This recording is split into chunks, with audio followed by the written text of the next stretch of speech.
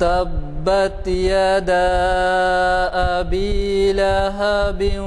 وتب ما أغنى عنه ماله وما كسب سيصلى نارا ذات لهب وامرأته حمالة الحطب في جيدها حبل من مسد صدق اللہ العظیم۔ سے مخاطب کر رہے ہیں، میں صرف اتنا آپ سے عرض کر دوں گا کہ یہ نوجوان جو آل انڈیا ریڈیو کے ایگزیکٹو ڈاکٹر ہیں، وہ بڑی ہی تیاری سے آتے ہیں اور ہمیں اپنے خیالات سے استفادے کا موقع دیتے ہیں۔ ان کی بھی جو کچھ یہاں خطابت ہوتی ہے اس کے پریس میں بھی کافی اچھی رپورٹنگ ہوتی ہے، کیونکہ وہ اہم نکات پر مشتمل ہوتی ہے۔ اس لیے میری گزارش ہے کہ آپ حضرات جو ابھی جو میں نے پیر کا پروگرام بتایا، اسی طرح سے چہارشنبے کے پروگرام میں بھی ضرور تشریف لائیں، ضرور شرکت کریں، اور یہی نہیں بلکہ اپنے ساتھ ساتھیوں کو لیتے آئیں تاکہ وہ بھی استفادہ کر سکیں۔ ایک اور چیز جو میں آپ سے عرض کرنا چاہوں گا، جیسے کہ آپ واقف ہیں، ہمارے ہاں جو دارالمطالعہ ہے، اس دارالمطالعہ میں صرف ایک یا دو اخبار ایسے ہیں جس کے لیے کوئی بل ادا کیا جاتا ہے۔ اس سے ہٹ کے اخبارات بھی یا تو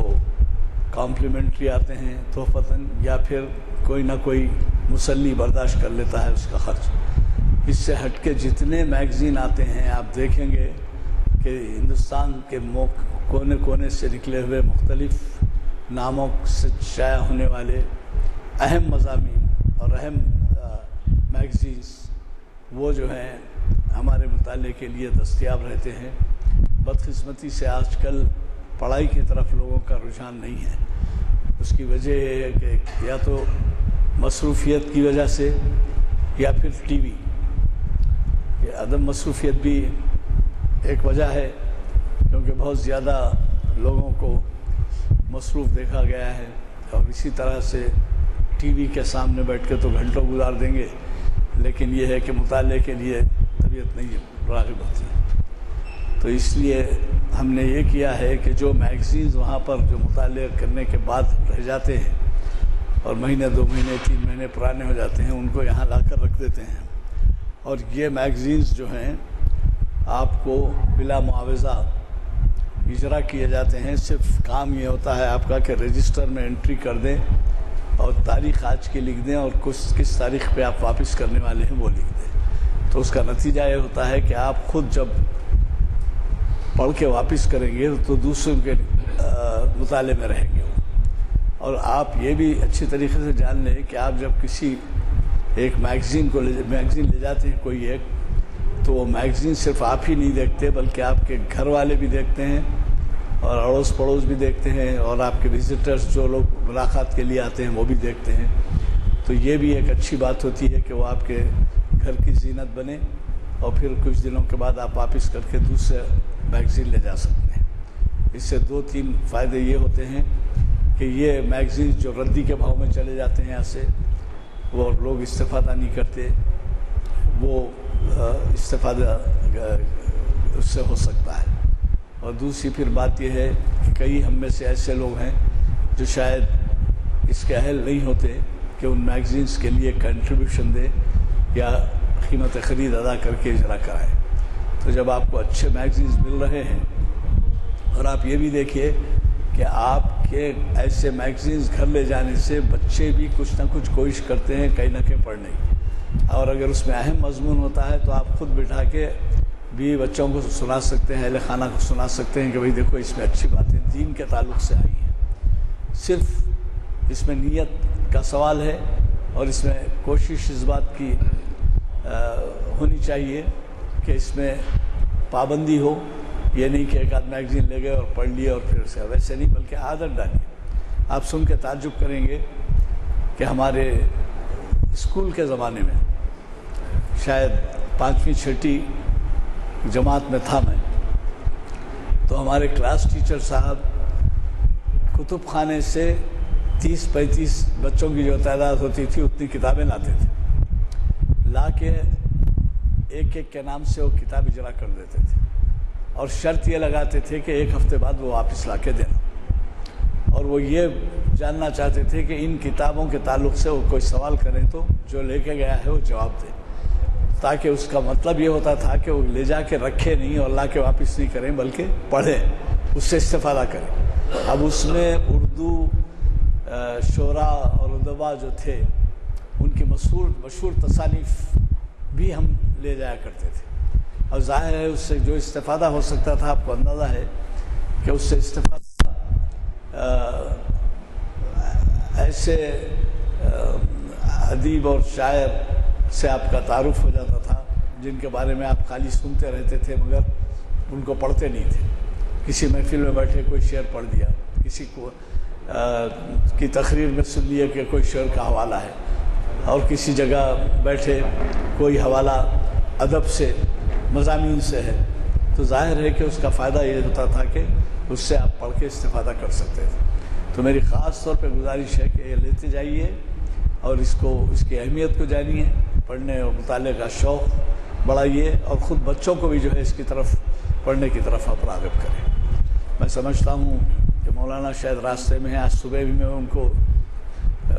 توجہ دلائی گئی تھی، آگے ہیں، ابھی تشریف لا رہے ہیں، تو میرے خیال میں جب تک ہم نعت سنیں گے، پتہ نہیں آنے کے بعد وہ نماز پڑھیں گے یا سیدھے آ جائیں گے، تو جب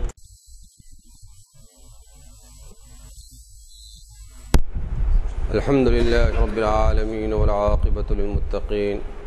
والصلاة والسلام علی سید الانبیاء والمرسلین وعلى آلہ وصحبہ الغر المیامین اجمعین، اما بعد۔ قال اللہ تبارک وتعالی فی شان حبیبہ، اعوذ باللہ من الشیطان الرجیم، بسم اللہ الرحمن الرحیم، ان اللہ وملائکتہ یصلون علی النبی یا ایہا الذین آمنوا صلوا علیہ وسلموا تسلیما، اللہم صل علی سیدنا شفیعنا حبیبنا مولانا محمد وعلی آلہ وصحبہ افضل صلواتک وعد معلوماتک بارک وسلم۔ وقال تعالی فی مقام آخر وقل اعملوا فسيرى الله عملكم إلى آخر الآية، صدق الله العظيم۔ وقال تعالى في مقام آخر لقد من الله على المؤمنين إذ بعث فيهم رسولا منهم يتلو عليهم آياته ويزكيهم ويعلمهم الكتاب والحكمة وإن كانوا من قبل لفي ضلال مبين، صدق الله العظيم وصدق رسوله النبي الكريم ونحن على ذلك من الشاهدين والشاكرين۔ محترم المقام بزرگوں، محافل علم و عرفان کو برپا کرنے کے روح رواں بزرگ قانون داں عالی جناب غلام یزدانی ایڈوکیٹ صاحب مدد اللہ، اور تمام احباب، میں آپ حضرات کے سامنے آیت شریفہ کی تلاوت کا شرف حاصل کیا، جس کا براس تعلق حضور سیدنا محمد صلی اللہ علیہ وسلم سے ہے، نیز ایک بڑی غیر معمولی آیت شریفہ آپ کے سامنے رکھی گئی۔ رب تعالیٰ اس میں ارشاد فرماتا ہے وَقُلْ اعْمَلُوا فَسَيَرَى اللَّهُ عَمَلَكُمْ، جس کا مطلب یہ ہے کہ حبیب صلی اللہ علیہ وسلم فرما دیجئے اعملوا، کام کرو، کام کرتے جاؤ، فَسَيَرَى اللَّهُ عَمَلَكُمْ، البتہ ضرور بضرور اللہ تبارک و تعالی تمہارے کام کو دیکھتا رہے گا۔ بزرگوں اور دوستوں، میں اور آپ جس دنیا میں بس رہے ہیں، کسی غرض کے لیے بھیجے گئے ہیں اور برپا کیے گئے ہیں، میرا اور آپ کا عمل کیسا ہے، کیسا ہو رہا ہے اور کیسا ہوگا، اور اسی عمل کی بنیاد پر میری اور آپ کی اور ہم سب کی آخرت والی زندگی تیار ہونے والی ہے۔ اور اس بات کو آج امت مسلمہ عمدن نہ صحیح لیکن سہون کم از کم بھلا دی ہے۔ عمل تو کر رہے ہیں لیکن ہمارے اعمال کے مقاصد للہ اور اللہ ہونے کے بجائے اپنی ذات، اپنی اجتماعیت، اپنی تحریک اور اپنی جماعت ہو چکی ہے۔ جس وقت میں اور آپ اپنا نصب العین اور زندگی کا مقصد صرف اور صرف اللہ اور اس کے رسول صلی اللہ علیہ وسلم کی خوشنودی بنا لیں تو اس دنیا میں نفس کی وجہ سے اور خود ستائی یا انا کی وجہ سے پیدا شدہ افکار اکثر اور بالکل ختم ہو جائیں گے۔ میں بات بڑی ذمہ داری سے اس لیے عرض کر رہا ہوں کہ اختلاف بری چیز نہیں ہے۔ حضور ذات گرامی صلی اللہ علیہ وسلم کی موجودگی میں ہی صحابہ کرام کے درمیان ایک نہیں کئی امور پر اختلاف سامنے آئے ہیں اور ہوتے رہے ہیں، اور بڑے بڑے مسائل میں اختلافات ہوتے رہے ہیں، لیکن ہمارے آج کے اختلافات میں اور صحابہ کرام کے اختلافات میں جو بنیادی فرق اور امتیاز ہے وہ یہ کہ صحابہ کرام کے اختلافات دین کو سمجھنے کے لیے ہوا کرتے تھے، اور ہمارے اور آپ کے اختلافات انانیت، خود ستائی، اپنی بڑائی، اپنی جماعت کی بڑائی، اپنے گروپ کی بڑائی، یہ ہماری اہم وجہ ہے۔ آج جس موضوع کا انتخاب گفتگو کے لیے کیا گیا ہے انتہائی اہم اور حساس بھی ہے، اور حساس نعوذ باللہ اللہ یا رسول کی جانب سے لایا ہوا یا وجود میں آیا ہوا نہیں ہے، بلکہ ہم اپنے فکر اور مزاجوں کی وجہ سے اس کو حساس بنا لیے۔ یہ بڑی اہم بات مجھ کو اور آپ کو سمجھنے کی ضرورت ہے۔ اسی طرح یہ بات بھی کہنے کی جرات کر رہا ہوں ایک اسلامی علوم کے طالب علم ہونے کے ناطے اور عربی زبان کے طالب علم کے ہونے کے ناطے کہ آج امت مسلمہ میں جتنے اختلافات رونما ہوئے ہیں، ہو رہے ہیں، اس کی بنیادی اور تنہا وجہ اسلامی علوم کو گہرائی اور گہرائی سے نہ سمجھنے کی وجہ ہے۔ ایک اور دوسری بات عرض کروں تاریخ کے حوالے سے، آج علمی اختلافات کو جزوی اختلافات کو، فروعی اختلافات کو، جس کا اسلام کے اصول سے دور کا بھی تعلق نہیں ہے، اس کو اسلام کا جز اور اصل بنا دیا گیا۔ اور ایک بات یہ بھی عرض کر دوں کہ تاریخ اسلام کے جزئیات اور اس وقت کے حالات اور معاشرے کا جائزہ اگر گہرائی سے کوئی مورخ یا تاریخ اسلام کا طالب علم لے تو جن اختلافات کو آپس میں دراڑ پیدا کرنے، انتشار کا باعث بنانے یا افتراق کی راہیں ڈھونڈنے کے لیے جو استعمال کیا جا رہا ہے، اس کی گنجائش بالکل ختم ہو سکتی ہے۔ یہ چند تمہیدی کلمات آپ کے سامنے رکھنے کی ضرورت اس وجہ سے سمجھا کیونکہ احقر تاریخ اسلام کا جس انداز سے اور جس پہلوؤں سے اور جن پہلوؤں سے مطالعہ کیا تو یہ بات پوری وضاحت کے ساتھ سامنے آئی کہ ان تمام اختلافات کی اہم ترین وجہ اسلام نہیں تھا، بلکہ اپنی رائے، خود ستائی، اپنی جماعت کی برتری یا اپنی حکومت کو منوانا اور اپنی طاقت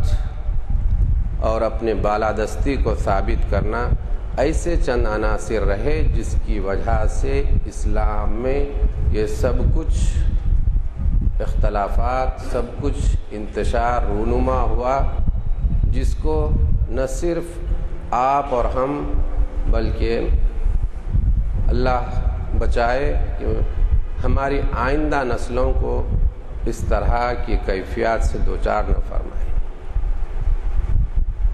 ایک بات اور ذہن میں آئی، عرض کر دوں، بزرگ حضرات کی نشست ہے کہ تمام صاحبین کہتے ہیں کہ امت محمدیہ میں 73 فرقے ہونا سرکار کی پیشین گوئی ہے اور ہو کر رہے گی۔ اس سلسلے میں میری ایک تلمیذانہ طالبانہ سمجھ یہ ہے کہ 73 فرقوں کا وجود میں آنا سرکار کی پیشین گوئی کے نتیجے میں یقینی ضروری ہے، لیکن فرقوں کی تعداد کو لاکھوں میں پہنچانے کے بجائے اگر ہم اپنی فہمائش، عزیمت، بصیرت سے لاکھوں کے بجائے 1-2 میں بھی ایک فرقہ ہو سکتا ہے، 3-4 میں بھی فرقہ محدود ہو کر اپنی جگہ ہو سکتا ہے، اتنی تعداد میں نہیں کہ جیسا کہ آج ہم دیکھ رہے ہیں کہ ہر مسئلے میں لاکھوں تک کے فرقوں کی تعداد پہنچ۔ اور ایک بات یہ عرض کر دوں کہ یہ جتنے فرقوں کی تعداد اور کثرت ہو رہی ہے، یہ سب اہل السنتی والجماعت سے ہٹ کر اور کٹ کر ہی بن رہے ہیں۔ تو اس بنا پر اہل السنتی والجماعت کی بڑی ذمہ داری ہے اور ان کے کاندھوں پر بڑی ذمہ داری عائد ہوتی ہے کہ وہ اپنے بصارت سے ایسی مسلسل اور پیہم کوشش کریں کہ کسی بھی طور پر ملت میں انتشار کی دیوار اور کنکر بہت زیادہ نہ ہوں، کم سے کم تک ہوتے رہیں۔ عزیزان گرامی، میلاد النبی صلی اللہ علیہ وسلم کی تاریخ، اس موضوع پر عرض کرنے کے لیے آج کی نشست ہے۔ جو سب سے بنیادی جو آج اختلاف دو انداز میں ہو رہا ہے، اور میں اسی وجہ سے موضوع کا انتخاب بھی کیا ہوں کہ میں اپنے بھائیوں کو تلمیذانہ انداز میں یہ کہنے کی جرأت کر سکوں کہ یہ جو میلاد کی تاریخ پر آج جو ملت دو بڑے گروہوں میں تقسیم ہوئی ہے، یہ امت مسلمہ کی انتہائی بدبختی ہے۔ ایک ایسے مسئلے کو، ایک ایسا مسئلہ جس کا بالراست تعلق روحانیت سے ہے، ہم نے اس کو اسلام کا اصل اور اسلام کی بنیاد سمجھنے لگے ہیں۔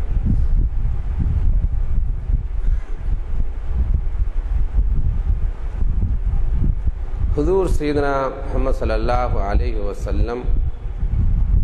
پھر آپ کے بعد خلافت راشدہ،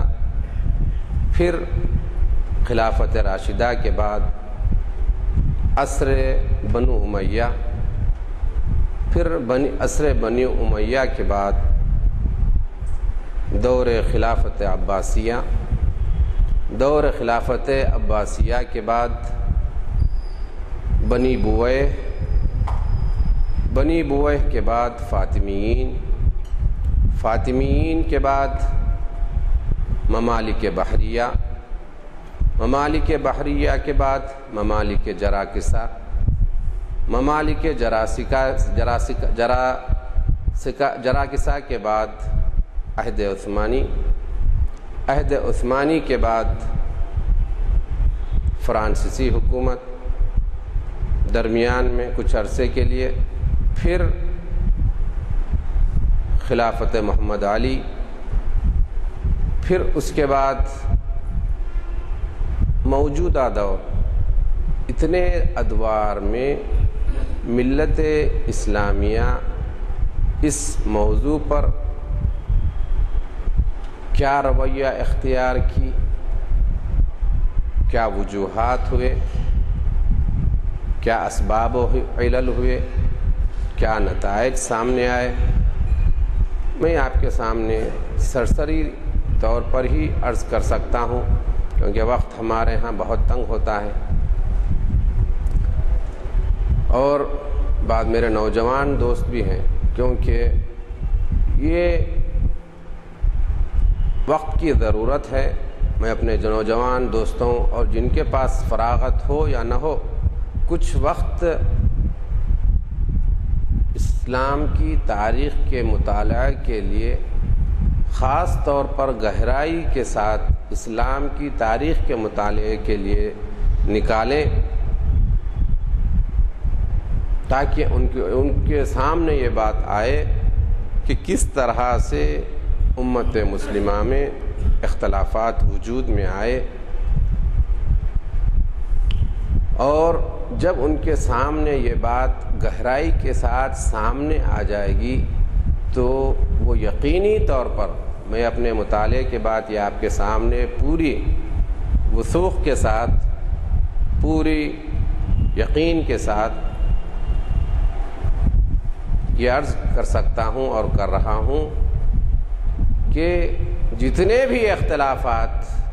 آج امت مسلمہ میں ہیں،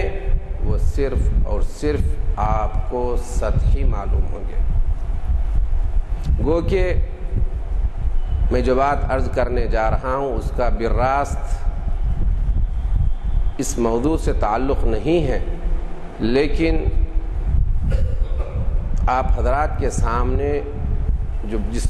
گفتگو کا سلسلہ جاری ہے اس کے لیے اور اس بات کو سمجھنے کے لیے یہ بات بہت ممد اور معاون میرے اور آپ کے لیے ثابت ہوگی۔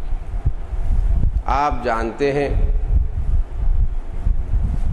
حضرت سیدنا معاویہ رضی اللہ عنہ، حضرت سیدنا علی رضی اللہ عنہ کے درمیان جنگ صفین بڑے زور و شور کے ساتھ وجود میں آئی، اور ایسے موقع پر جبکہ حضرت سیدنا علی رضی اللہ تعالی عنہ کے مرد اور آپ کی فوج سیدنا معاویہ رضی اللہ عنہ کی فوج پر غالب ہونے کو تھی، اس دوران سیدنا معاویہ کی فوج کے اندر نیزوں پر قرآن مجید بلند کیے گئے اور اس کو ثالثی چنا گیا۔ یہاں یہ بات ختم ہو گئی، تفصیلات ہیں، میں اس میں نہیں جاؤں گا۔ پھر اس کے بعد یہ بات ایک ایسی جماعت کو جو اپنی جگہ انتہائی متشرع بلکہ تہجد گزار تھی، حضرت سیدنا علی رضی اللہ عنہ کے خلاف ہو گئی، اور وہ لوگ حضرت سیدنا علی رضی اللہ عنہ کے ساتھ ہی ان کے ساتھ کیے اور بڑے ناپسند کیے۔ حضرت سیدنا علی رضی اللہ عنہ سے اس حد تک خلاف کیے، اس حد تک اس کے مخالف ہوئے کہ سیدنا علی رضی اللہ عنہ کے دو بدو ہو گئے۔ معاملہ یہاں تک بڑھا، یہاں تک بڑھا، یہاں تک بڑھا کہ سیدنا علی رضی اللہ عنہ ان کے مقابل نبرد آزما ہوئے اور دونوں میں لڑائی تک بات پہنچی اور لڑائی ہوئی، گھمسان کی لڑائی ہوئی۔ اس میں بہت سے لوگ کام آ گئے۔ اب بتائیے، ایسا کوئی انتہائی اقدام کہ تلواریں دو جماعتوں میں کچھ ہی دیر قبل ایک ساتھ ایک جماعت کے خلاف جنگ لڑ رہے تھے، پھر کچھ ہی دیر میں خود ایک دوسرے کے خلاف۔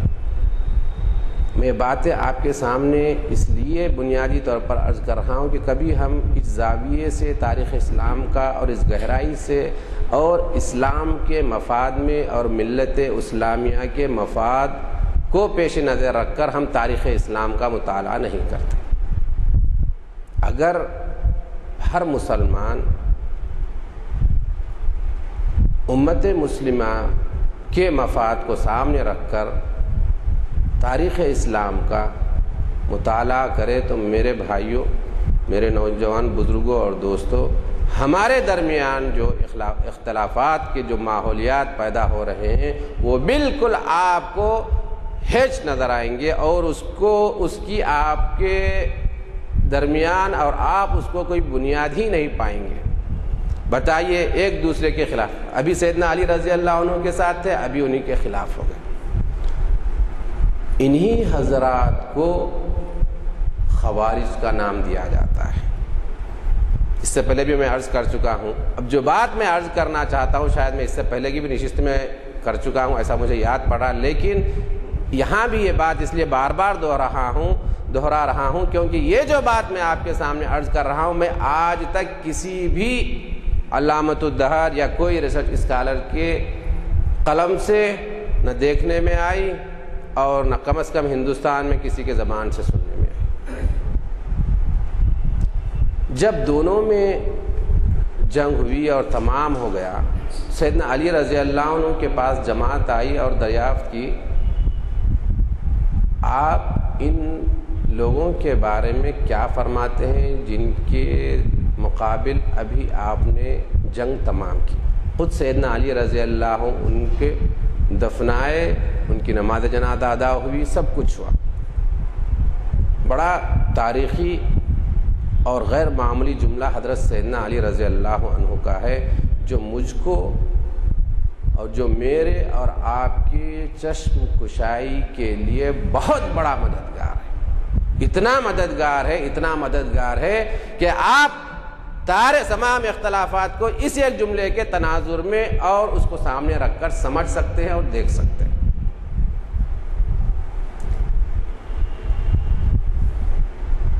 ماحولیات کو دیکھیں، تلواریں ہوئی، کام میں آئے، تدفین ہو گئی۔ جب سیدنا علی رضی اللہ عنہ جواب عطا فرماتے ہیں تو کیا جملہ فرماتے ہیں؟ اخواننا بغوا علینا۔ یہاں تک پوچھے کہ کیا آپ ان کو فاسق قرار دیتے ہیں یا مشرک قرار دیتے ہیں، کیا قرار دیتے ہیں؟ تو حضرت سیدنا علی رضی اللہ عنہ کا یہ حکیمانہ اور معرفت سے بھرپور اور قیامت تک آنے والی ملت کے لیے ایک مہمیز اور ایک چراغ راہ کا کام دے سکتا ہے، خاص طور پر ان ملت کے پیشواؤں اور ملت کے علماء-دین جو ملت میں انتشار پیدا کرنے کے لیے کوشاں ہے، اور کم از کم ان کو اس سے دلچسپی بھی اگر ہے تو کم از کم کسی وقت رات کے تنہائی میں جب وہ خدا کے سامنے موجود ہوں گے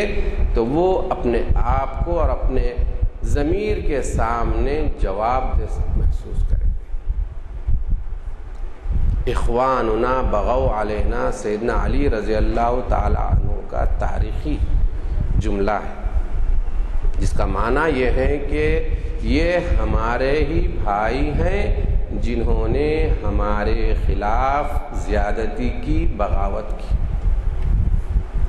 آپ اس جملے سے کیا نتیجہ اخذ کر سکتے ہیں؟ کہیں کفر، کہیں شرک، کہیں فسق، کہیں اور کچھ نکال سکتے ہیں؟ کیوں اس طرح کا ماحول؟ اس سے کیا معنی میرے اور آپ کے سامنے آتے ہیں کہ جو معاملہ ہوا، اب اس کا فیصلہ بارگاہ رب العزت کی سامنے اور اس کی موجودگی میں ہوگا۔ تو میرے عزیز و دوستو، میلاد النبی صلی اللہ علیہ وسلم کا بھی ایسا ہی کچھ مسئلہ ہے۔ یہ تو اس مسئلے کے سامنے اس مسئلہ کی کوئی حیثیت ہی نہیں ہے، سرے سے اس پر گفت و شنید کی ضرورت ہی نہیں ہے،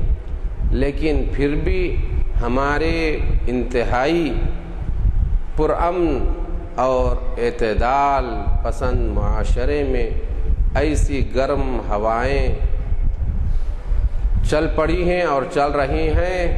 جس کی وجہ سے پورے معاشرے کی صحت بگڑی ہوئی۔ ہر ایک کے زبان پر یہی مسئلہ ہے کہ بھئی یہ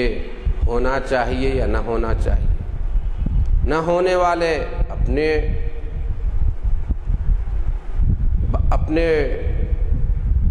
نقطے پر پوری طور پر ڈٹے اور اٹے ہیں، اور جو ہونا چاہیے وہ ان کا معاملہ بھی وہ ہے، اور ان دونوں کے درمیان ایک جن کو گنا جا سکتا ہے انگلیوں پر، ان کے درمیان ملت کی بڑی بڑی تعداد پریشان حال ہے۔ کیا آج تک حیران ہے کہ صحیح کیا ہے، غلط کیا ہے، کیا کرنا چاہیے، کیا نہیں کرنا چاہیے، آیا اس کو کرنے سے ثواب ہے یا کرنے سے گناہ ہے، یا نعوذ باللہ نہ کرنے سے کوئی وبال ہے، یا نہ کرنے سے ہمارے نیکیوں میں اضافہ ہو رہا ہے۔ اس طرح کا آپ تاریخ اسلام سن 1 ہجری سے لے کر آج تک 1432 سال ابتدائی 400 سالوں تک میلاد النبی صلی اللہ علیہ وسلم کے منانے کا نہ تصور تھا، نہ کسی کے ذہن میں یہ بات آئی کہ اس کو منانا چاہیے یا نہ منانا چاہیے، منانا چاہیے تو کیوں کر، نہ منانا چاہیے تو کیوں نہیں۔ مختصر انداز میں اسلام کی تاریخ کے کیلنڈر آپ کے سامنے رکھتا ہوں۔ حضور سیدنا محمد صلی اللہ علیہ وسلم سے خلافت راشدہ تک کے زمانے کو جو 40 ہجری پر ختم ہوتا ہے اس کو عصر اسلام، زمان اسلام کہا جاتا ہے۔ اس کے بعد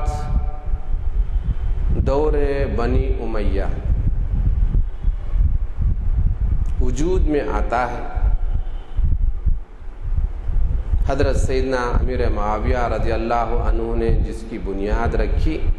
اس کا سلسلہ سن 132 ہجری تک جاری رہتا ہے۔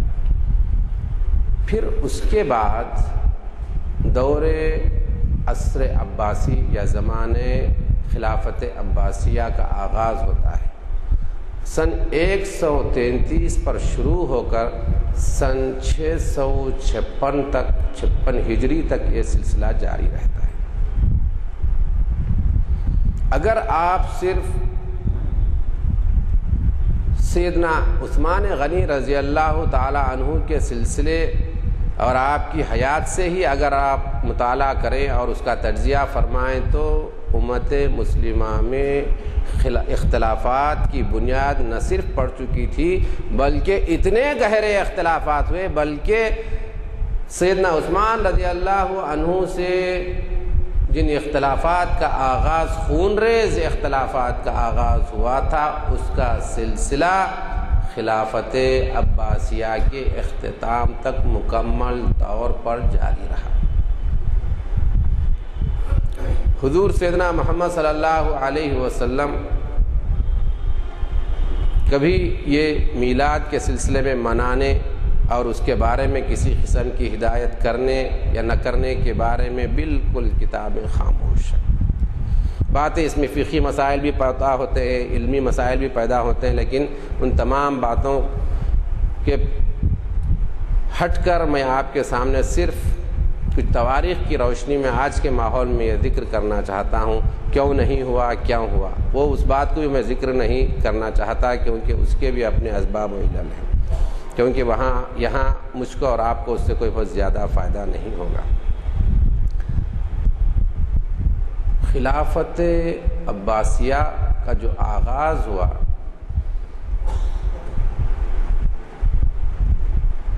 حضرت سیدنا عبداللہ بن عباس رضی اللہ، حضرت عباس بن عبد المطلب اور سیدنا عبداللہ عباس رضی اللہ عنہ کے خاندان کے افراد نے ایرانیوں کے ساتھ مل کر امویوں کے خلاف سازشیں اس انداز میں رچی کہ کس طرح سے ان کو منصب حکومت سے ہٹایا جائے۔ میں یہ بات اس وجہ سے خاص طور پر عرض کر رہا ہوں کہ آئندہ یہی جو ایرانی اور ترک اس حد تک حکومتوں کے بنانے اور توڑنے میں کارگر اور اتنے زیادہ انوالو ہو گئے کہ ان کے بغیر نہ کوئی حکومت بن سکی اور نہ بن سکتی تھی۔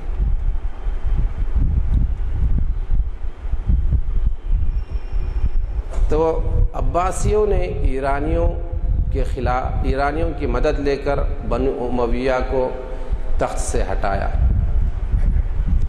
اب پھر اس کے بعد عباسیوں نے ایک بات بڑی گہری عرض کر رہا ہوں جو عموماً تاریخ کی کتابوں میں بھی نہیں ملتی، جبکہ عباسی خلفاء نے اور حکومت کے طلبگاروں نے امویوں کے خلاف یہ نعرہ دیا کہ آل محمد صلی اللہ علیہ وسلم کو انصاف دلانا چاہیے، ان کو اپنا مقام ملنا چاہیے۔ اس کے پیش نظر یہ لڑائیاں ہوتے رہی، لیکن جب وہ اقتدار پر آ گئے تو آل محمد نہیں، آل علی اور ان کے لوگوں پر اس حد تک ظلم کیے کہ تمام آل علی اپنے آپ کو کونوں میں اور چھپنے اور چھپانے پر مجبور ہو۔ دور عباسی 656 تک چلتا رہا۔ اس دور میں آل بنی بوئے، اب یہ کون لوگ ہیں اس کی تفصیل ہے بڑی، اس کو یہاں آپ کے سامنے بیان نہیں کیا جا سکتا، لیکن میں آپ کو اشارتاً عرض کر رہا ہوں، پھر آپ تاریخ کے اسلام کی کتابوں سے آپ اس کو حاصل کر سکتے ہیں۔ بنی بوئے عباسیوں کو بے دخل کر مصر میں اقتدار پر آئے۔ عباسیوں کی حکومت کا رقبہ تو آپ جانتے ہیں، جیسا کہ کسی زمانے میں کہا جاتا تھا کہ برطانیہ کی حکومت میں سورج نہیں ڈوبتا، اسی طرح کا ماحول کچھ اس سے قبل اس وقت عباسی اور خلافت عباسیہ کا ماحول تھا۔ ایک طرف مصر میں بنی بویہ اقتدار پر آئے، دوسری طرف مغرب میں عبید اللہ وہاں پر اقتدار پر آئے۔ عبید اللہ یا جس کو کہ ایوبی کہا جاتا ہے، یہ دونوں کے درمیان سیاسی طور پر بہت بڑا اختلاف تھا، لیکن ذہنی طور پر اور عقیدت کے طور پر یہ آل علی رضی اللہ عنہ کے مسئلے پر ہم نوا تھے۔ تو ایک ماحول میں دونوں میں تال میل شروع ہوا، پھر اسی دوران مصر میں فاطمیین کا دور شروع ہوا۔ یہ بات ہے 388 ہجری کی۔ یہ نقطہ بڑا اہم ترین نقطہ ہے، یہاں سے ہی اس بات کا آغاز ہوتا ہے جس کے لیے آج میں اور آپ یہاں جمع ہیں۔ 388 میں فاطمیین نے 5 شخصیات کی پیدائش کے دن منانے کا آغاز کیا، جس میں حضرت سیدنا محمد صلی اللہ علیہ وسلم کا یوم پیدائش، سیدنا علی رضی اللہ تعالیٰ عنہ کی پیدائش، پھر سیدنا فاطمہ الزہرا رضی اللہ عنہ، پھر سیدنا حسن رضی اللہ عنہ، پھر سیدنا حسین رضی اللہ عنہ۔ یہ بنیادی اسٹارٹنگ پوائنٹ ہے، یہ نقطۂ آغاز ہے اسلام میں میلاد کسی کی پیدائش کے دن کو عید کے طور پر منانا، یہ آغاز ہے۔ اب اس کی وجوہات کیا بنی، کیا اسباب و علل تھے؟ تاریخ کی کتابوں میں اس بات کو ذکر کیا گیا اور اس کی وضاحت کی گئی کہ فاطمیین جو کل تک عباسیوں کے ظلم و استبداد اور ان کی سختی کا شکار تھے، بالکل خاموشی سے حکومت بنانے کی فکر کر رہے تھے۔ جب حکومت بنی تو انہوں نے غور کیا، کیونکہ دور فاطمی کے جو سب سے مشہور ترین حکمراں جو آئے ہیں، المعز لدین اللہ، المعز لدین اللہ، بڑے مالداری کا بات جب آئی تو میں آپ کے سامنے عرض کروں، کیونکہ یہ اصل میں مصری نہیں تھے، یہ اصل میں تھے مغربی، جس کو آج کے ماحول میں ہم موراکو کہتے ہیں۔ وہاں سے مصریوں نے ان کو بلوایا کہ عباسی حکومت دم توڑ رہی ہے، وہ حکومت نہیں کر سکتی، کہ آپ آئیں۔ تو روایت میں اور تاریخ میں یہ بات پوری وضاحت کے ساتھ موجود ہے کہ المعز لدین اللہ اپنے انتہائی کرار فوج کے ساتھ مصر کا رخ کیے اور سینکڑوں اونٹوں پر خالص سونے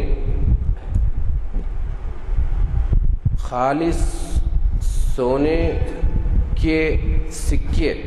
میں سکے عرض کر رہا ہوں، لیکن کتابوں میں ان کا حجم اور ان کا وزن یہ بتلایا گیا ہے کہ ایک اونٹ 2 سکے، جس کو کہ آج کے ماحول میں چکی کا پاٹ جیسا کہ ہمارے دکن میں کہا جاتا ہے، اس طرح کے، اس حجم کے، اس وزن کے سونے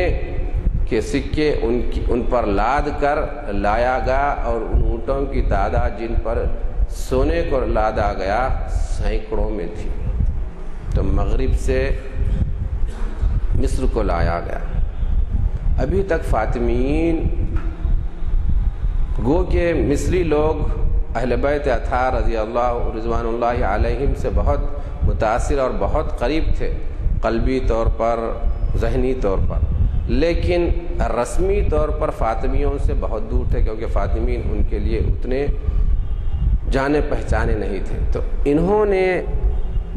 دیکھا کہ کیوں کر قریب کیا جا سکتا ہے، وہ کون سا نقطہ، وہ کون سا میٹنگ پوائنٹس ہو سکتا ہے جس کو کہ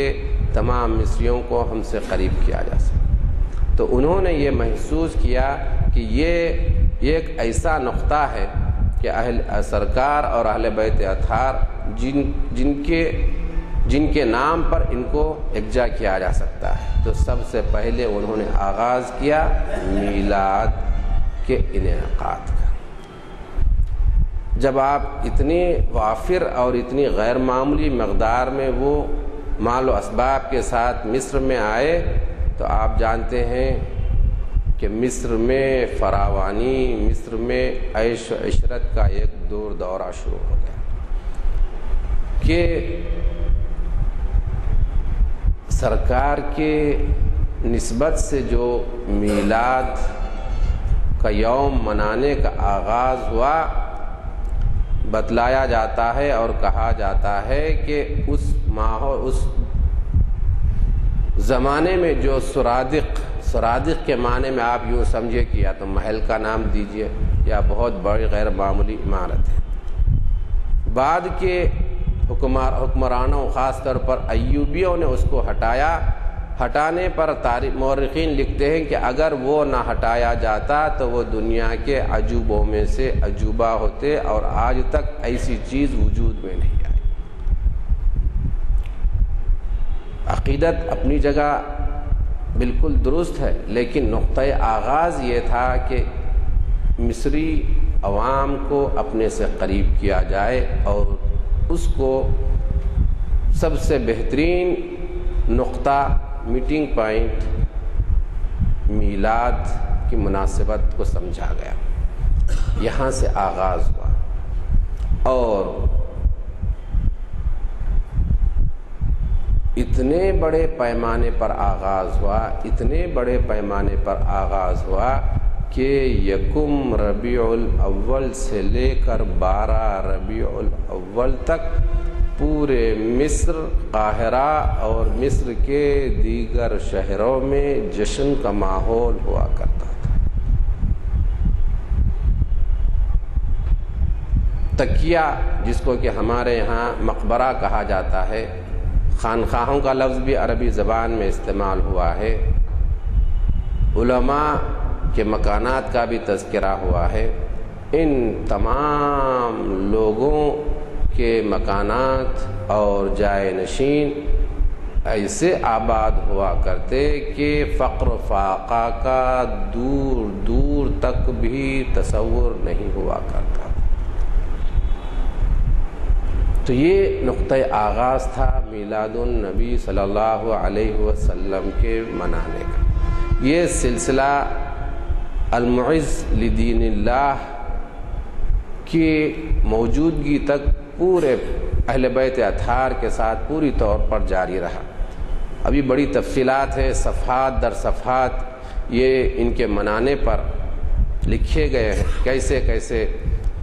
انداز میں منایا جاتا تھا۔ یہاں تک بھی تحریر کیا گیا ہے کہ راستوں پر مصنوعی حوض بنائے جاتے، اور ان حوضوں میں پانی، جس کو کہ آج کے زمانے میں ہم شربت کا کہہ سکتے ہیں، اس طرح کے پانی سے اس کو پاٹ دیا جاتا، اور لوگوں کو کسی قسم کی تکلیف کا تصور تک ہونے نہیں دیا جاتا، اور پورے شاہراہوں کو پورے برقی قمقموں سے روشن، قندیلوں سے روشن کیا جاتا۔ برقی کا مطلب آج کے برقی نہیں، چراغ، جس کو مصابیح، اور مصر کی خاص زبان میں اس کو قندیل کہا گیا ہے، جیسا قرآن مجید میں نہیں ہے، مصباح، جس کا صاف ترجمہ قندیل سے کیا جاتا ہے۔ جس کو ہم لوگ آج کے نوجوان نہیں جانتے، لیکن قندیل کے نام سے عربی زبان کی کتابوں میں بھی یہ لفظ موجود ہے کہ قندیل سے پورے شہر کے شاہراہوں کو روشن کر دیا جاتا، اور نہ صرف ایک مرتبہ عید میلاد ہوتی ہے بلکہ 8 یعنی 9ویں کی شب اور 12ویں کی شب کو یہ دونوں دن منائے جاتے ہیں، کیونکہ تاریخ کی کتابوں میں یہ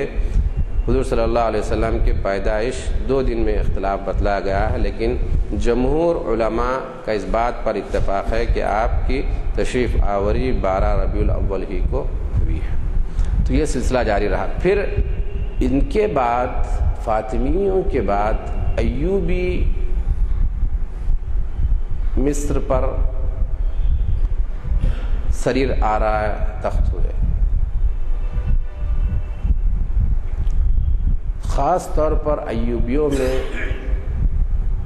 حضرت سلطان صلاح الدین ایوبی رحمہ اللہ کا نام بڑی ادب سے لیا جاتا ہے۔ انہوں نے وقتیہ طور پر ان تمام سماجی سرگرمیوں کو جو المعز لدین اللہ کے زمانے میں رائج تھے ان سب کو ایک لخت توقف کر دیا اور ان کو ختم کر دیا اور کالعدم قرار دیا۔ لیکن اس کے بعد مورخین یہ لکھتے ہیں کیونکہ علماء اور عامت الناس کے درمیان سرکار کی ذات گرامی اور اہل بیت اطہار سے جو عقیدت ہو چلی تھی، اس کے نتیجے میں اس روکنے کے باوجود وہ نہیں رکے، لیکن عوامی طور پر سرکار کے پیدائش کا دن اسی تزک و احتشام سے منایا جانے لگا جس طرح سے المعز لدین اللہ نے آغاز کیا تھا۔ پھر کچھ عرصے کے بعد صلاح الدین ایوبی کے بعد ان کے جانشین جب آئے تو ان سے لوگوں نے سفارش کی کہ اس کی وجہ سے لوگوں میں بے چینی پھیلی ہوئی ہے، اس کو پھر دوبارہ جاری کر دیا جائے، تو انہوں نے اس کو پھر جاری کر دیا گیا۔ تو یہ سلسلہ مسلسل جاری رہا۔ فاطمیوں کے بعد ایوبیوں کے بعد الممالک البحریہ اور الممالک البرجیہ، پھر الممالک الجراکسہ۔ یہ ایسے لوگ ہیں جن کے بارے میں مختلف روایتیں ہیں اور تحقیق کے ساتھ یہ بتلایا گیا ہے کہ یہ لوگ یہی عباسیوں کے بعد موالی کی حیثیت سے ملازم تھے، لیکن کسی طور پر اپنے آپ کو یکجا کر کر اور اپنی قوت یکجا کر کر ان کے خلاف ہوئے اور پھر انہی کے مقام پر پھر خود حاکم ہو گئے۔ تو ان تینوں زمانوں میں ان کے جو حکام تھے بڑی اسی تزک احتشام سے اور اسی پورے جوش و خروش کے ساتھ پھر دوبارہ میلاد النبی یا سرکار کی پیدائش کا دن منانے لگے جس طرح سے المعز لدین اللہ نے اس کا آغاز کیا تھا۔ میں اس تفصیل میں اس طرح زیادہ نہیں جا رہا ہوں کہ اس کی آپ کی دلچسپی نہیں ہوگی، کیونکہ یہ نام بالکل میں سمجھتا ہوں کئی حضرات کے لیے بالکل پہلی مرتبہ سن رہے ہوں گے۔ یہ جراکسہ کے بعد یہ سلسلہ عثمانیین آئے، عثمانیین بھی یہی سلسلے کو جاری رکھا اور اس میں کبھی کوئی کمی کیے اور کوئی زیادتی کرتے رہے۔ اور جراکسہ میں ایک نام قیتبائے کا آتا ہے جنہوں نے بہت عقیدت کے ساتھ سرکار کی پیدائش کا دن منایا، اور یعنی بتلایا جاتا ہے کہ لاکھوں درہم اس دن غریبوں میں تقسیم کیے جاتے، ہزاروں چوپائے کاٹے جاتے اور ذبح کیے جاتے اور عوام کی جا بجا ان کی دعوتیں ہونے لگتی۔ یہ سلسلہ صرف قاہرہ میں ہی نہیں تھا بلکہ اسکندریہ اور اس طرح کے مصر کے تمام شہروں میں بھی یہ سلسلہ جاری رہا۔ پھر اس کے بعد دور عثمانی آیا، وہ وقت بھی یہی اسی طرح کا سلسلہ جاری رہا۔ عثمانی دور کے بعد نیپولین نے سن 1798 میں مصر پر حملہ کیا. انہوں نے دیکھا کہ یہ مسلمان کی پیدائش کا دن بڑے اہتمام سے مناتے ہیں، تو اس پر اس کا رد عمل یہ تھا کہ اس کو روکا نہیں جائے، بلکہ اگر روکنے کی وجہ سے ممکن ہو مسلمانوں کے غیظ و غضب کا شکار ہونا پڑے گا، کیونکہ آپ کے 388 سے لے کے یہاں تک جو ہے نا جو سلسلہ جو چل رہا ہے تقریباً 2-3 صدیاں ہو چکی تھیں. روکنے پر حالات خراب ہو سکتے اور ان کے نفسیاتی طور پر انتشار کی کیفیت یا انتشاری کی گنجائش موجود تھی. انہوں نے یہ سمجھا کہ اس کو جاری رکھا جائے، بلکہ جب دیکھا کہ مصری عوام ان کے ڈر اور خوف سے، کیونکہ پہلی مرتبہ ایک غیر مسلم بادشاہ اور سپہ سالار مصر پر اقتدار جمایا تھا، کیونکہ اس کے کہیں غیظ و غضب کا شکار نہ ہو جائے، انہوں نے اس محفل کو ایک لخت ایک دم روک دیا. یہ نیپولین بوناپارٹ نے بلا کر علماء سے پوچھا کہ یہ کیا بات ہے، تو انہوں نے کہا کہ عوام خوفزدہ ہیں اور وہ ناراض ہیں. تو انہوں نے ایک عالم کو اپنی طرف سے 300 اس وقت کا سکہ دیا کہ تم اپنی طرف سے مناؤ، اور اس محفل میں خاص طور پر فرانسیسی لوگ شریک ہوئے اور بڑی جوش و خروش سے اس دن کو منایا. پھر اس کے بعد مصریوں میں یہ سلسلہ چل پڑا. پھر اس کے بعد نیپولین کے بعد پھر دوبارہ ترکیوں نے مصر پر اپنا قبضہ جمایا، جس میں سب سے واضح طور پر محمد علی بادشاہ کا نام ہمارے سامنے آتا ہے. تو محمد علی بادشاہ نے بھی اس سلسلے کو مکمل طور پر جاری رکھا. پھر اسی طرح سے ان کے صاحبزادگان محمد علی بادشاہ، پھر ملک فؤاد، پھر اس کے بعد ملک فاروق کے بعد پھر انگریزوں نے وہاں قبضہ کر لیا. تو اس وقت تک مکمل طور پر یہ سلسلہ مکمل طور پر جاری رہا. میں آپ کے سامنے ایک بات یہاں خاص طور پر عرض کروں کہ اس سلسلے میں علماء کی جانب سے کوئی منفی یا ایجابی فتوے یا رائے کا کوئی تصور یا کوئی جملے ہمیں مہیا نہیں ہوتے، بلکہ عملی طور پر یہ بات سامنے آتی ہے کہ مکمل طور پر مصری عوام آپ کے دن کو مناتے رہی، اور اس پر کسی انکار یا کسی کے انکار کا کوئی نوٹ قلم بند نہیں کیا گیا. اور اسی طرح سے جہاں جہاں دیگر مقامات پر فاطمیین کا جہاں غلبہ تھا، ابتدا میں مغرب میں تھا، پھر اس کے بعد سے جتنا مغرب کا پورا علاقہ ہے، پھر اور حجاز اور یمن تک یہ سلسلہ جاری رہا. تو یہ چند باتیں آپ کے سامنے رکھیں. پھر یہ برطانیہ کے بعد پھر دوبارہ ازہر کے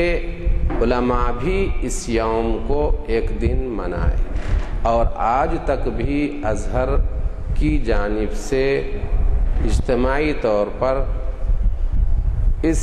یوم کا اہتمام کیا جاتا ہے اور اس کے لیے خاص خطبہ مقرر کیا جاتا ہے. اور اس کی وجہ یہ بتلاتے ہیں کہ گو کہ اس یوم کی منانے کا کوئی نصاً کوئی ثبوت نہیں ہے، لیکن عامۃ الناس کو حضور سیدنا محمد صلی اللہ علیہ وسلم کی سیرت، آپ کے اخلاق، آپ کی حیات مبارکہ، آپ کی زندگی کے مختلف گوشوں کے بارے میں عامۃ الناس کو واقف کروانے کا یہ ایک بہترین موقع ہے. اس لیے اس کو استعمال اور اختیار کیا جانا چاہیے، تاکہ عامۃ الناس میں آپ کی حیات مبارکہ سے نہ صرف واقفیت ہو، بلکہ آپ کی زندگی کے نمونوں سے ان کو واقف کروایا جا سکے. مختصراً کیونکہ وقت ہوا ہے مغرب کا، بات اور دیگر جو اہم نقاط رکھے جا سکتے ہیں، لیکن انشاءاللہ کسی بات اور کوئی دوران گفتگو موقع ہو تو آپ کے سامنے رکھی جائے گی. اللہ تعالیٰ سے 10 بدعا ہے کہ رب تعالی حضور سیدنا محمد صلی اللہ علیہ وسلم کے صدقے طفیل میں اسلام کو نہ سمجھنے کی وجہ سے مسلمانوں کے درمیان جو انتشار اور افتراق کہ جو راستے گہرے سے گہرے ہوتے جا رہے ہیں، اس کو ان کے دل و دماغ میں اور تمام مسلمانوں کے دل و دماغ میں ایک اور مرتبہ اسلامی علوم اور تاریخ اسلام کے پوری گہرائی کے ساتھ واقف ہونے کی توفیق عطا فرمائے، اور دین کو سمجھنے کی اور دین کو صرف اور صرف اللہ اور اس کے رسول صلی اللہ علیہ وسلم کے لیے اور اس کی خوشنودی کے لیے سمجھنے کی توفیق عطا فرمائے۔ وصلی اللہ تعالی علی خیر خلق سیدنا محمد وعلی آلہ واصحابہ اجمعین، والحمد للہ رب العالمین۔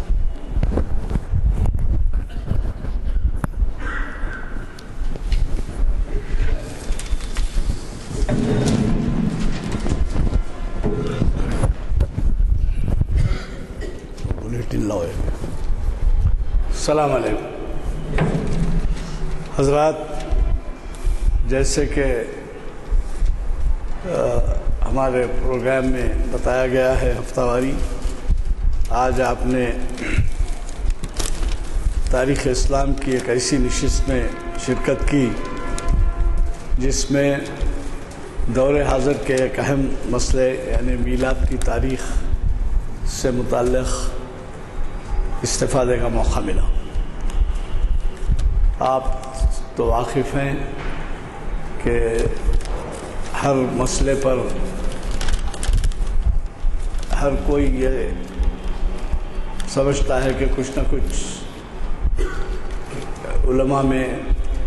اختلافات ہوتے ہیں کہ وہ کچھ نہ کچھ رائے زنی کرتے ہیں۔ چنانچہ میلاد کے تعلق سے بھی یہی حال ہے، بعض حضرات معترض بھی ہوتے ہیں، لیکن آج آپ نے جو خطاب سنا اس سے آپ کو اندازہ ہوا ہوگا کہ ایک تاریخی حقیقت ہے کہ میلاد کا جشن منایا جاتا تھا۔ مجھے اس موقع پر مولانا عبدالباجد دریابادی کا ایک قول یاد آ رہا ہے، اور وہ قول یہ تھا کہ وہ صدق جدید کے نام سے ایک پرچہ نکالتے تھے، اور اس میں صدق جدید میں ایک پہلے صفحے پہ باکس آئٹم ہوتا تھا، یعنی اہمیت کی خبر یا اہمیت کی رائے، اور سنتے ہیں کہ وہ اتنے اصلاحی انداز میں لکھتے تھے کہ اس کو وزیر اعظم ہند پنڈت جواہر لال نہرو بھی پڑھا کرتے تھے، اس صدق جدید۔ تو اس میں ایک دفعہ انہوں نے اظہار رائے کیا تھا کہ ملت میں اس وقت جو اختلافات ہیں اس وقت کی بات ہے، یعنی آج سے 50 سال پہلے کی بات ہے، 50-60 سال پہلے کی، کہ ملت میں جو کچھ اختلافات ہیں وہ سب کے سامنے ہیں، اور کس طرح کی رائے دی جاتی ہے، کس طرح سے اختلافات بڑھائے جاتے ہیں یا بڑھ رہے ہیں۔ اس پر ان سے کسی نے پوچھا کہ صاحب یہ کس طرح دور ہوں گے اختلافات، تو انہوں نے جو ارشاد فرمایا وہ یہ تھا کہ صاحب ملت کے اختلافات کو دور کرنے کا ایک طریقہ یہ ہو سکتا ہے کہ ہر شخص اس سے جو کچھ ہو سکتا ہے وہ کر گزرے، سجائے اس کے کہ اس پر نظر رکھے کہ کون کیا کر رہا ہے اور کون کیا نہیں کر رہا ہے۔ ظاہر ہے اس سے اندازہ لگا سکتے ہیں کہ ایسی بزرگ ہستی نے یہ بات کہی جس کے معنی یہ تھے کہ اسلام کی تبلیغ، اسلام کے پھیلاؤ اور اس کے سلسلے میں اگر کوئی قدم اٹھایا جائے تو اس کو جو ہے تاریخ کی روشنی میں یہ کہہ کے مناسب نہیں ہوتا کہ کہیں کہ سب یہ پہلے نہیں ہوا تھا یا ہو رہا ہے، اس قسم کی باتیں مناسب نہیں۔ مولانا نے ہمیں بہت ہی پورس معلومات خطاب سے سرفراز فرمایا، جس سے اندازہ ہوا ہوگا آپ کو کہ یہ کتنے صدیوں پرانا جشن ہے۔ ظاہر ہے کہ یہ کوئی فرض نہیں ہے یا کسی کو مجبور نہیں کیا جاتا، لیکن یہ ہے کہ میلاد ایک اہم واقعہ ہے، اور اس سے اگر کچھ درس حاصل ہو سکتا ہے تو ایک موقع ہوتا ہے جس سے کہ آپ لوگوں کو مستفید فرما سکتے ہیں۔ بہرحال آج کے خطاب سے آپ نے استفادہ کیا، آپ کو خود اندازہ ہوا ہوگا کہ مقرر صاحب نے کتنی گہرائیوں میں جا کر ایسے لال و گوہر نکالے ہیں کہ جو ہم میں سے کئی لوگوں کے لیے پہلی دفعہ سننے میں آ رہے ہیں۔ میں اگر آپ میں سے کوئی سوال کرنا چاہیں تو کر سکتے ہیں، ورنہ چونکہ دعا ہو چکی ہے اس لیے میں محفل کی درخواست سے اعلان کرتا ہوں۔ پوچھیے۔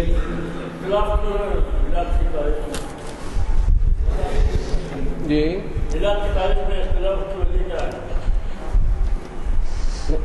وجہ تو مورخین نے، کیونکہ آپ جانتے ہیں کیونکہ سب سے اہم بات اتنی وضاحت کے ساتھ تو میرے مطالعے میں تو آئی نہیں بالکل، کیونکہ جو چیز اتنی گہرائی کے ساتھ معلوم نہ ہو اس کو نہ معلوم ہو، لیکن حضور سیدنا محمد صلی اللہ علیہ وسلم اس دنیا میں تشریف لانے کے 40 سال بعد عملی طور پر آپ کی نبوت کا آغاز ہو۔ آپ جانتے ہیں کہ اب ہم میں سے کتنے لوگ ہیں، بعد میں بہت بڑے بڑے لوگ بن جاتے ہیں، لیکن ابتدائی طور پر ان کی وقت پیدائش کا، تاریخ کا کوئی علم اس کا نوٹ نہیں رکھا جاتا۔ شاید یہی معاملہ اس زمانے میں بھی ہوا، اور چاند میں 9 اور 11 میں کوئی بہت بڑا فرق نہیں ہو، کیونکہ چاند کی تاریخوں میں عمر کسی کے دیکھنے دکھانے میں ہوتا ہے، اور خود اسلام کی تاریخ میں خود آپ کے جو ہے نا شام اور مدینہ منورہ میں عید کے دن کرنے پر اختلاف ہوا تھا، جبکہ ایک ہی وقت میں یہ تمام چیزیں حالات ہونے کے بعد، اور یہ تو ابھی سرکار کے 40 سال کے پہلے کا واقعہ ہے۔ تاریخ میں یہ بات واضح طور پر مدون نہیں کی گئی تھی، کس کو معلوم تھا ظاہری طور پر سوائے سیدنا عبد المطلب یا حضرت بی بی فاطمہ زہرا، حضرت بی بی آمنہ رضی اللہ عنہ، کسی کو نہیں معلوم تھا کہ اس ہستی کا کیا مقام و مرتبہ ہے، کیونکہ آپ کو بتلایا گیا تھا حضرت بی بی آمنہ رضی اللہ عنہ کہ آپ کا کیا مقام و مرتبہ ہے، اور حضرت عبد المطلب کو بھی آپ کا مقام و مرتبہ سمجھایا گیا، جس کے علاوہ کسی کو معلوم نہیں تھا۔ اور حضرت بی بی آمنہ تو 6 سال کے عرصے میں ہی تشریف واپس ہو گئی، رخصت ہو گئی، رحلت ہو گئی، اور حضرت عبد المطلب 8 سال کی اس میں۔ ابھی عام لوگوں میں پوری بات کسی کو یقین کے ساتھ نہیں معلوم تھا کہ آپ کی جائے پیدائش اور وقت پیدائش کیا ہے۔ تو اس وجہ سے اگر 1-2 دن کا اختلاف ہوا تو اس میں کوئی ملت میں کوئی بڑا گہرا مسئلہ یا اس کی وجہ نہیں ہے، لیکن عمومی طور پر کہا جا سکتا ہے کہ یہ کرانیکل اتنا جو ہے نا اپڈیٹ یا اتنا پورے فارملی جو ہے نا اس وقت مینٹین نہیں کیا گیا تھا، کیونکہ آپ کی ہستی کو ابھی کے بارے میں واقف